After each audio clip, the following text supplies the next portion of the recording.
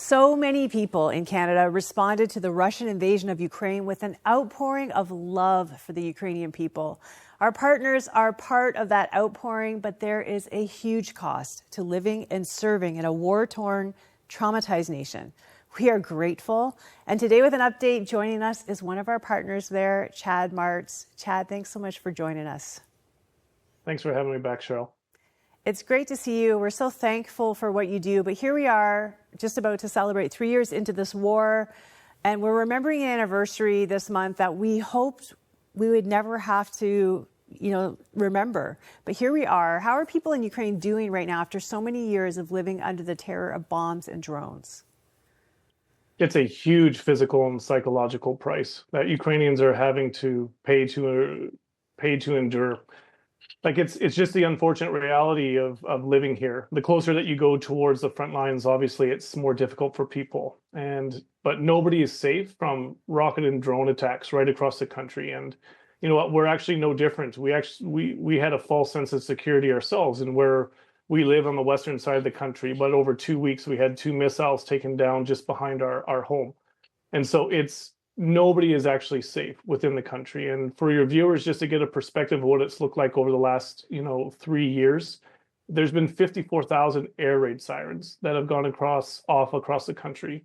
There's been 12,000 missiles and drones sent from Russia into Ukraine. Even just this past month, there was 2,000 kamikaze drones that were sent into Ukraine. And there's actually an average about 3,500 glide bombs that are dropped along the conflict and near the conflict zone. It's an enormous amount of pressure for people here in this country.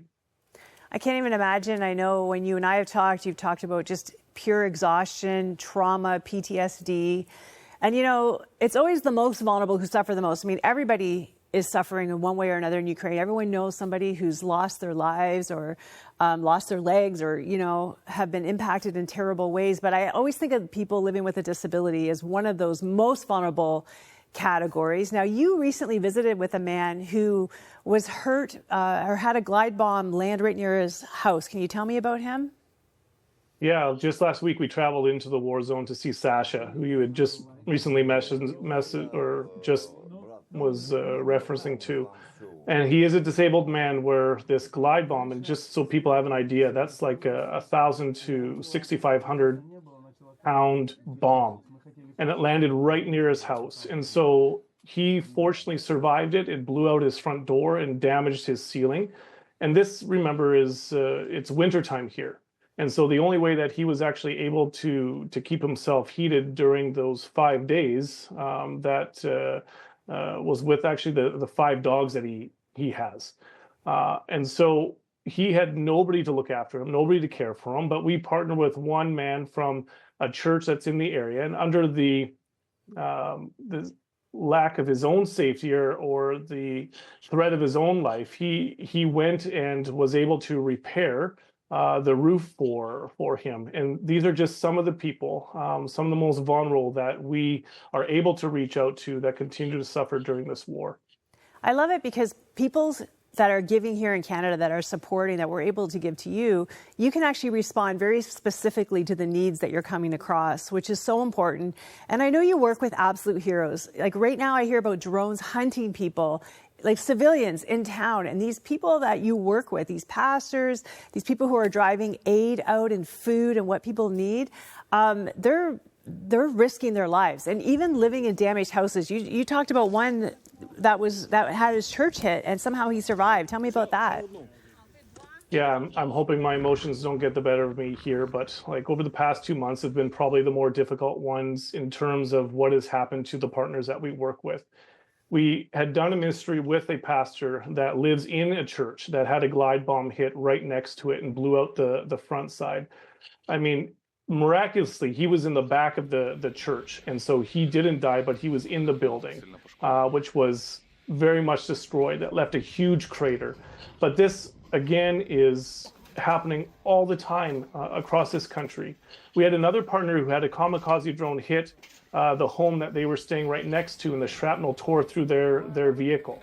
And we were actually just last week again with another partner who serves near the front and near the conflict zone, that had a rocket hit near where his wife was working, in which he went and traveled to see if she was okay.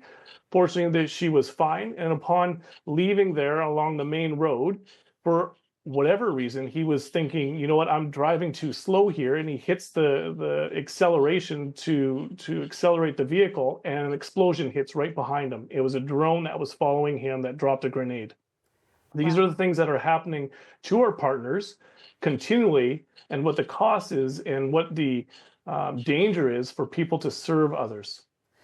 Yeah, people are risking their lives. Pastors are staying to minister. We don't hear these stories enough in the headlines, but I want you to know that these people of faith are risking their lives to minister to others. And many of them, like you said, living in homes that are damaged, no roof, in dire situations, no running water, no electricity, and they're still there serving. And so our prayers matter.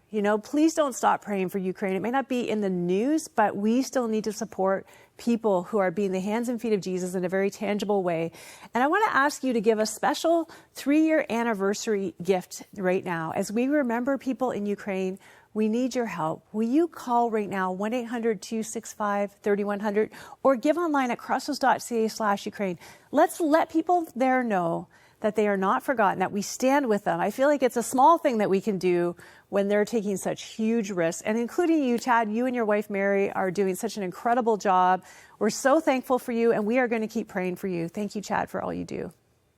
Thank you, Cheryl. And as I said, where there's suffering, there is opportunity to share the love of Christ to people. And there's not enough time to express, obviously, the depths of what people are suffering here. But because of the financial support of people who have been giving to Crossroads, we are able to take the time to provide food for people, to reach out to those who are the most vulnerable, to be able to provide for them. And it's not just coming along and providing food hampers, but we're there to sing songs to them, to encourage them, to let them know that they are not forgotten, that people in Canada continue to care for them. So your support, people who are contributing towards this, are enabling us to be able to enable those who are staying in these conflict zones to serve so many other people. So thank you for not forgetting those who are suffering so much here in Ukraine. Thanks so much, Chad. I couldn't have said it better myself.